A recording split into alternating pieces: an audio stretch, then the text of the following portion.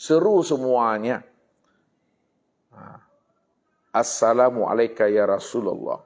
Sallallahu ala Muhammad. Allahumma sholli ala Muhammad wa ala ali Muhammad. Nurun ala nur wa huwa rabbul arsyil azim. Baru siram.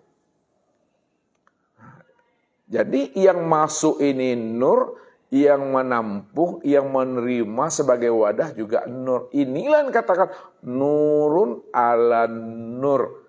Cahaya di atas cahaya. Yang makan nur, yang dimasukkan juga nur. Maka makhluk sesama makhluk, itu maksudnya tuh, nur dengan nur tidak akan memberikan mudarat dia. Jadi kalau Bapak Ibu mandi selama ini cukup bismillah, sekarang dengan ilmu ini hendaklah kita selawati air, selawati diri kita, selawati semua yang ada pada depan kita itu. Secara umum alam ini dia. Supaya apa? Mati kita nanti tidak berbau. Tidak hancur. Tidak dimakan belatung. Makanya dikatakan oleh Nabi. Sebagai kesempurnaan nur Muhammad itu, zahir dan batin pada dirinya. Sebagai rahasia nyatanya wujud diri Allah. Apa kata Rasulullah? Innallaha harrama alal ardi ayyakula ajasadal anbiya. Sesungguhnya Allah mengharamkan atas bumi untuk memakan, untuk menghancurkan, untuk membusukkan jasadnya anbiya. Mana yang anbiya? Yang anbiya itu adalah Nur Muhammad. Sekarang Nur Muhammad itu kita sudah mengenalnya. Api Nur Muhammad, angin Nur Muhammad, air Nur Muhammad, tanah Nur Muhammad. Kesempurnaan Nur Muhammad, api, angin, air, dan tanah itu sempurna pada diri kita. Inilah yang akan menjadi khalifah. Ketika itu yang namanya tanah, yang namanya cacing tidak akan memakannya. Inilah jaminan Allah melalui lisan Nabi. Man khafa minallahi khafahu kulla syai'. Siapa yang sudah benar-benar dia takut kepada Allah, dia sudah mengenal Allah, khafahu kulla syai'.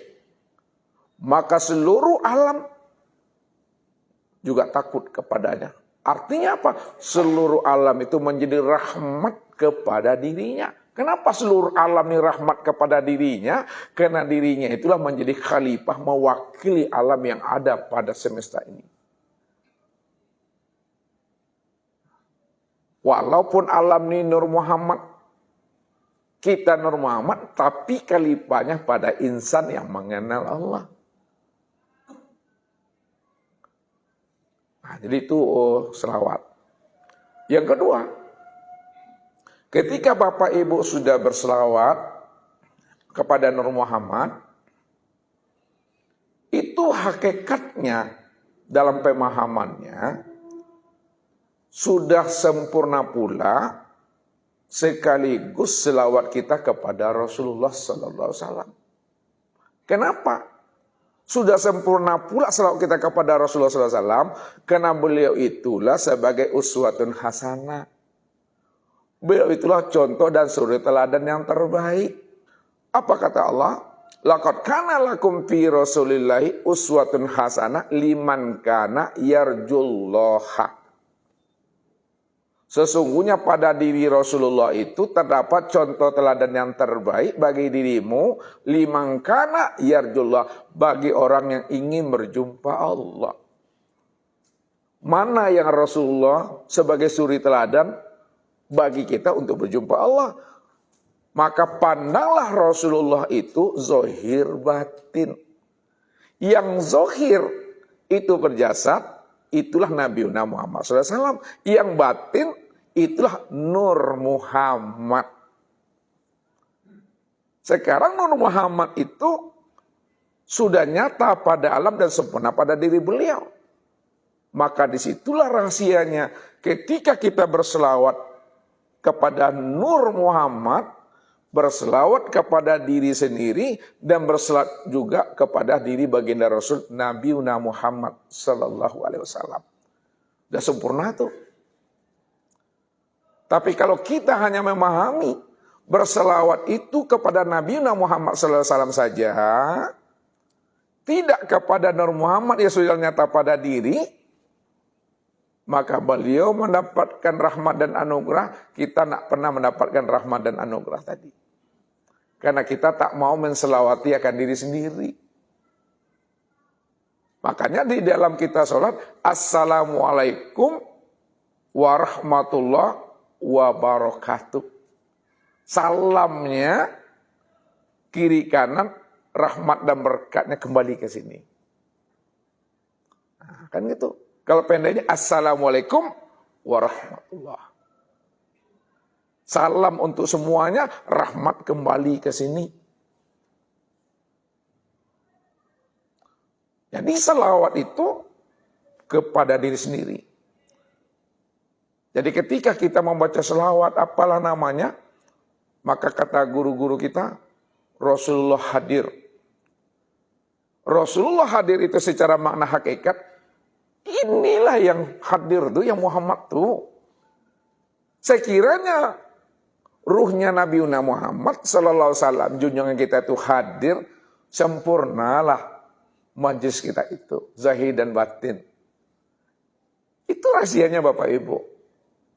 Jadi di mana ada Allah, di situ ada Muhammad. Di mana ada Muhammad, di situ nyatanya Allah. Karena Allah dan Muhammad tidak pernah berpisah cerai. Itu memahaminya. Kemudian yang ketiga, di dalam kita berselawat untuk mandi. Ketika kita mandi Bapak Ibu setelah kita selawatkan, hendaknya mandi kita itu sekaligus kita memulangkan akan diri kita ini sebelum diri kita ini dimandikan oleh jamaah. Pulangkan kembali secara utuh. Bagaimana cara memulangkannya? Ketika kita sudah baca selawat tadi, ya, lalu kita siram. Pada saat kita menyiram yang pertama, pulangkan tubuh insani ini ke alam Baitul Ma'mur. Siram yang kedua, pulangkan hati ruhani ini ke alam Raf-Raf. Siram yang ketiga, pulangkan ruh nurani kita itu ke alam Al-Mala'il A'la. Kenapa dipulangkan? Ada apa dengan diri dan alam itu? Tubuh kita yang kasar ini asalnya dari alam Baitul Ma'mur. Hati ruhani itu asalnya dari alam Rob-Rob. Ruh kita itu asalnya daripada alam Al-Mala'il A'la. Lalu pertanyaannya, alam Baitul Ma'mur, Rob-Rob, Al-Mala'il A'la itu alam apa?